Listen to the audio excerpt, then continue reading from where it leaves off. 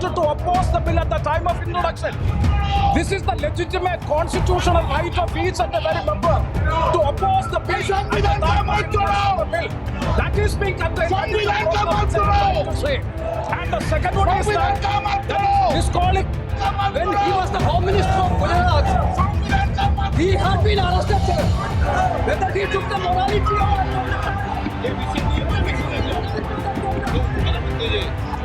The second ground on which I oppose this bill, it violates Article 21, the due process clause. FIR, arrest, charge sheet, and even framing of charge does not in any manner substantiate guilt. In fact, you plead not guilty only after charges are framed against you. मैंने नैतिकता के मूल्यों का हवाला देकर इस्तीफा भी दिया और जब तक मैं कोर्ट से निर्देश नहीं हुआ कोई संविधान को मैंने स्वीकार नहीं किया। ये क्या स्वीकार किया नैतिकता में? मैं तो इस्तीफा देकर गया था। इन तीनों का माननीय अध्यक्ष जी अपनी पार्टी अपने नेता आदरणीय अखिलेश जी की ओर से पुरजोर विरोध करता हूँ और विरोध इसलिए करता हूँ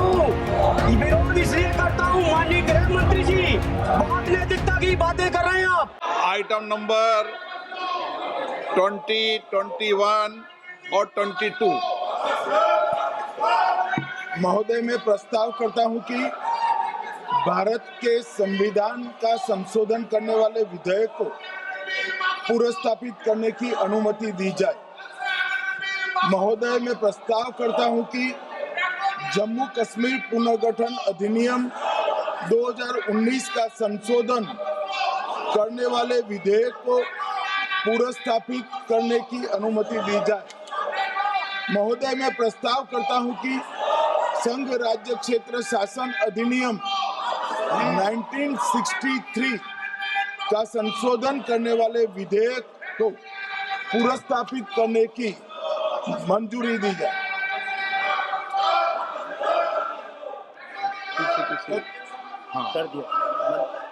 श्री असाउद्दीन ओवैसी जी। Sir, I stand to oppose the introduction of JNK Reorganization Amendment Bill 2025, Union Territories Amendment Bill 2025, and the Constitution 130 Amendment Bill 2025, sir. Sir, this violates principle of separation of powers, due process, undermines the right of the people to elect a government. Sir, it gives executive agencies a free run to become judge and jury executioner based on flimsy allegations, suspicions, sir. Sir, only when an offence is proved beyond reasonable doubt, then only you can leave the post and the membership. But here a mere accusation, allegation, the punishment of losing one ministerial post will follow. Sir, parliament democracy's chief ministers and ministers can only be removed through true means. First, executive prime minister can recommend their removal if the second council of ministers lose confidence of the legislature. Now this bill would empower the unelected executive bureaucracy to play the role of legislature. Sir, it undermines representative parliament democracy. This amendment would leave the minister and CM at the mercy of executive agencies. The severity of the amendment is not only in the fact that one loses their position if they are arrested, but even if they are detained. Detention and administrative action doesn't require offence to be made. Sir, the chief minister will not be able to accountable people. I want to know from the Honorable Home Minister, as he read Article 74(1), which says that the Council of Ministers headed by the Prime Minister to aid and advise the President who shall, in exercise of his function, act in accordance with such advice. Now, this bill clearly violates 74(1). Sir, this is the 1933 Gestapo movement. When Gestapo was found in Germany, this government is hell-bent on creating a police state. This will be a death knell and leash an elected government, sir. Indian constitution is being amended to turn this country into a police state. BNS 152, the Home Minister promised in this house that sedition would not be used. Section 316, Section 9 of BNS, PMLA Section 4, all these can be used to destabilize an elected government, sir. That is why I oppose the introduction of all these three bills. This is nothing but creating a Gestapo to ensure that our democracy does not survive. And may I tell the Honorable Home Minister, despite his promise on BNS 152, 152 has been used against the senior journalist Siddharth Bardhan Assam also. That is why I oppose this introduction of 3 bills, sir. Thank you. Manish Tiwari, Speaker, sir, I rise to oppose the introduction of these 3 bills under Rule 70(1) of the Rules of Procedure and Conduct of Business in the Lok Sabha. This bill is squarely destructive of the basic structure of the Constitution. अध्यक्ष महोदय, भारत का संविधान का जो मूलभूत ढांचा है वो ये कहता है कि कानून का राज होना चाहिए. There should be rule of law. और उस rule of law, कानून के राज की बुनियाद है कि आप बेगुनाह हैं जब तक आपका गुनाह साबित नहीं किया जाता. You are innocent until proven guilty. This bill stands that fundamental maxim of jurisprudence on its head. It makes an investigating officer the boss of the Prime Minister of India. The second ground on which I oppose this bill, it violates Article 21, the due process clause. FIR, arrest, charge sheet, and even framing of charge does not in any manner substantiate guilt. In fact, you plead not guilty only after charges are framed against you. This bill turns the fundamental jurisprudence of Article 21 on its head. Number 3, it distorts parliamentary democracy, which is again basic structure, by displacing will of the people through mere custody, bereft of judicial determination. अध्यक्ष जी, ये बहुत ही संवेदनशील विधेयक है. मेरे 2 बिंदु और हैं, मुझे कृपया. Okay. चौथा, on the fourth ground is it opens. Please, माननीय सदस्य, आप नियम 72 के तहत विरोध कर रहे हैं. अध्यक्ष जी, बिल्कुल. जब कभी बिल आपका सदन में आए, जब आप डिटेल में चर्चा करते हैं. अध्यक्ष जी, अभी नियम 72 के विरोध के बाद सारांश बोलने की परमिशन दिए. जो रूल 72 है वो 2 चीज कहता है. एक लेजिस्लेटिव कॉम्पिटेंस, एक general opposition of the bill, जिसकी स्वीकृति आप दे सकते हैं. और क्योंकि ये इतना संवेदनशील विधेयक है, मैं आपसे ये विनती करता हूं इसके ऊपर पूरी चर्चा कराई जाए. मेरे सिर्फ 2 बिंदु और हैं. दिस बिल, मिस्टर स्पीकर, से एक मिनट. आपने कानून में बात की, तो कानून ये भी है कि 72 उसके बाद भी अलाउ करता हूं, लेकिन संक्षिप्त में. बिल्कुल संक्षिप्त में अध्यक्ष जी. आपको डिटेल में चर्चा मेरे सिर्फ 2 बिंदु और हैं. This bill opens the door for political misuse by instrumentalities of the state whose arbitrary conduct has been repeatedly frowned upon by the Supreme Court. And finally, it throws all existing constitutional safeguards to the winds. Collective responsibility, judicial review, no confidence motion, and disqualification and conviction. And this makes this amendment excessive, unnecessary, and unconstitutional. इसलिए मैं इन तीनों विधेयकों का पुरजोर विरोध करता हूं और गृह मंत्री से मैं ये आग्रह करना चाहता हूं कि ये तीनों विधेयकों को वापस लिया जाए. Shri N.K. Premachandran.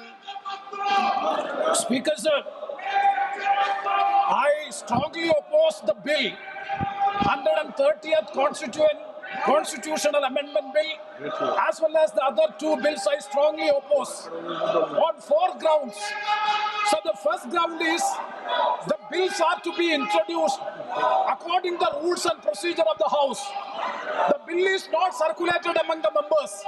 Yesterday after 1 o'clock we have received the copy of the bill, and I would like to know from the Honourable Minister, what is the undue haste and urgency in bringing such a constitutional amendment bill? What is the emergent need of having such a bill? That means the introduction of the bill itself is lacking bona fides. The bill is lacking bona fides. That is why I would like to say that this is with a mala fide intention to destabilize the opposition-ruled states in various parts of the country. Number one. एक minute. माननीय अध्यक्ष जी, प्रेमचंद्रन जी कह रहे हैं कि जल्दबाजी में लाया गया. इसका सवाल इसलिए नहीं उठता कि मैं इस बिल को संयुक्त समिति को सौंपने की दरखास्त करने वाला हूं। इस पर संयुक्त समिति जो राज्यसभा और लोकसभा पक्ष और विपक्ष सभी सांसदों की बनेगी, जो इस पर विचार करेगी और आपके सामने लेकर आएगी।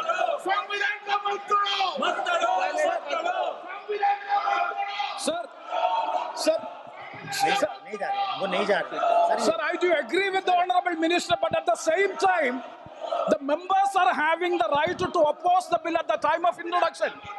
This is the legitimate constitutional right of each and every member to oppose the bill at the time of introduction of the bill. That is being contained in the program, which I am trying to say. And the second one is that is disqualification. Shri Venugopal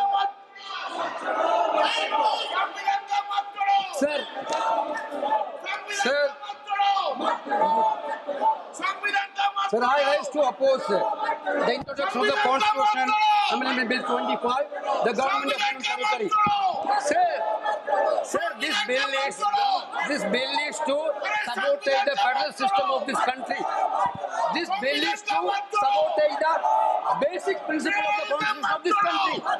Sir, BJP people are telling this bill is to bring morality in politics. Can I ask a question to the Honorable Home Minister? When he was the Home Minister of Gujarat, he had been arrested, sir. Whether he took the morality of that point of time, ये विषय नहीं है, morality of that point of time. गृह मंत्री जी, अब मुझे सुनो जरा, मुझे सुनो गृह मंत्री जी, मुझे सुनो ना, पहले बैठ जाओ। हाँ गृह मंत्री जी, माननीय अध्यक्ष जी, मैं रिकॉर्ड क्लियर करना चाहता हूं। मुझ पर झूठे आरोप लगाए तब अरेस्ट होने के पहले मैंने नैतिकता के मूल्यों का हवाला देकर इस्तीफा भी दिया, और जब तक मैं कोर्ट से निर्देश नहीं हुआ, कोई संविधान को मैंने स्वीकार नहीं किया। ये क्या सिखाते हैं नैतिकता में? मैं तो इस्तीफा देकर गया था, और मैं तो चाहता हूँ कि ये नैतिकता के मूल्य बढ़े। हम ऐसे निर्लज्ज नहीं हो सकते कि हम पर आरोप लगे और हम संवैधानिक पद पर रहें। अरेस्ट से पहले मैंने इस्तीफा दिया है। माननीय सदस्य, आप बिल पर बोलिए, आप 72 के नियम के तहत बोलिए। Sir, this name है, आपका डायरेक्शन है। 19 आप 72 नियम के तहत बोलिए। Sir, माइक क्या है सर? नियम के तहत बोला आप 72। Sir, this आपका डायरेक्शन है 19A, 19B। हाँ है। Chapter call भी है। हाँ। Very clearly telling हाँ। at least 1 week notice is needed for introducing a bill. Sir, I am telling that this bill is to target the opposition ruling government. This bill is to threaten the people like Nitish Kumar and Chandrababu Naidu. This bill is to blackmail everybody. Sir, also, sir, my point one last. आप माननीय सदस्य, आप 9 चलिए। धर्मेंद्र प्रधान जी बोलना चाहते हैं? प्रधान नहीं यादव, आपके मेंबरों को बिठाओ।